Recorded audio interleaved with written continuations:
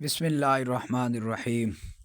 ایک حبشی غلام جو کہ امیر المؤمنین حیدر کرار صاحب ذوالفقار حسنین کریمین کے والد بزرگوار حضرت مولا مشکل کشا علی المرتضیٰ شیر خدا سے بہت محبت کرتا تھا، شامت اعمال سے اس نے ایک مرتبہ چوری کر لی۔ لوگوں نے اس کے پکڑ کر دربار خلافت میں پیش کر دیا اور غلام نے اپنے جرم کا اقرار بھی کر لیا۔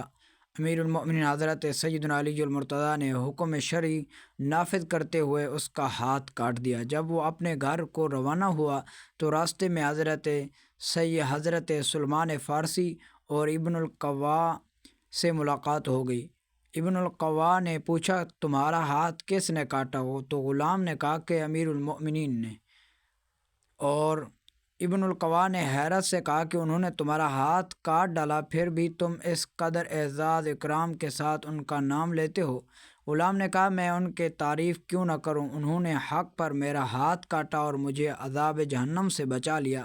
حضرت سیدنا سلمان فارسی نے دونوں کی گفتگو سنی اور حضرت سیدنا علی المرتضیٰ سے اس کا تذکرہ کیا تو آپ نے اس غلام کو بلوایا اور اس کا کٹا ہوا ہاتھ کلائی پر رکھ کر رومال سے چھپا دیا، پھر کچھ پڑھنا شروع کر دیا۔ اتنے میں ایک غیبی آواز، ایک کپڑا ہٹاؤ! جب لوگوں نے کپڑا ہٹایا تو غلام کا کٹا ہوا ہاتھ کلائی سے اس طرح جڑ گیا تھا کہ کہیں کٹنے کا نشان تک نہیں رہا۔